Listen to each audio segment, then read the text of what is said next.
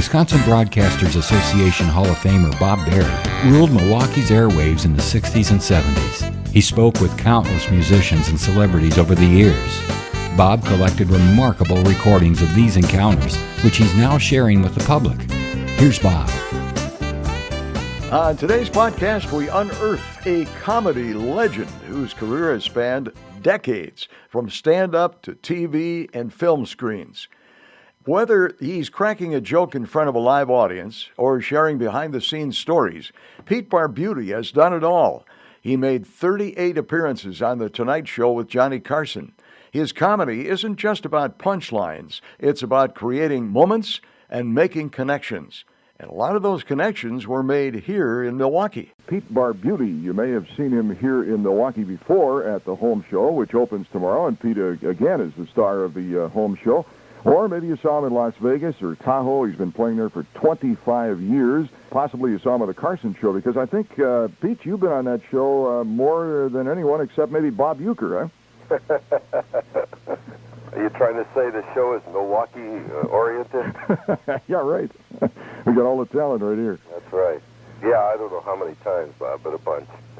Now, you started out on the Arthur Godfrey show. Was that like late? Wasn't a real big. The first thing I did, nationally was the old Steve Allen show, and then I did a bunch of talk shows in those days. It seems like everybody had a talk show.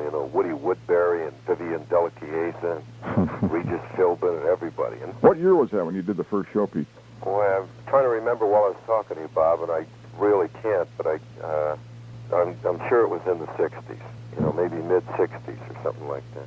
Hey, you just finished up working with Frank in New York City, huh? Yeah, Carnegie Hall. It was really a treat, really special. We were there 10 days, and needless to say, it was sold out every night, 3,000 seats a night. So it was really nice. And, of course, Frank felt seriously that he was responsible for the big crowds, Bob, and there was nothing I could tell him, Yeah, I know. He's 70 now. That's right. You don't want to tell a 70-year-old man that he's wrong. How do you get a job with Sinatra? How does that come about? Well, I guess he saw me on something I did, some television show, and called an agency or something. Well, the home show opens tomorrow at State Fair Park, and Pete will be here for, I believe, 5 days. Isn't that right, That's Pete? Correct, Bob. Great. How many shows a day? 2 shows, and one is in the afternoon about 3 o'clock, and the other around 8 o'clock at night. Well, we're sure looking forward to seeing you again. Always enjoy your act, well, me Pete. too. How do you think I feel being back in West Dallas? Yeah, right. You want to give us a little preview of something you might do? I don't think I can. I mean, I'm the mayor of West Dallas. It monitors everything I do, and I wouldn't dare do a goofy story about his town. There's this guy from L.A., and he was driving up through the mountains of Colorado.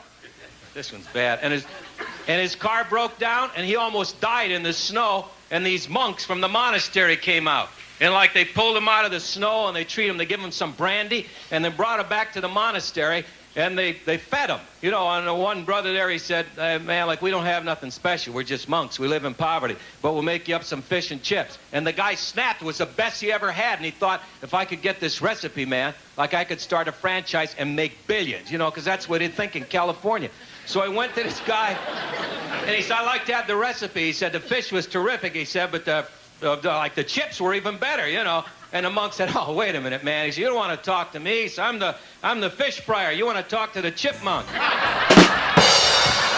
Bob Berry.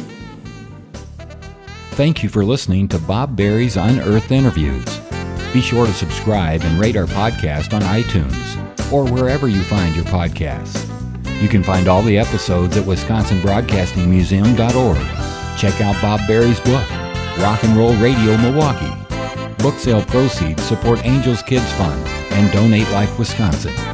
The preceding program was made possible by a generous contribution from Terry Vaughn.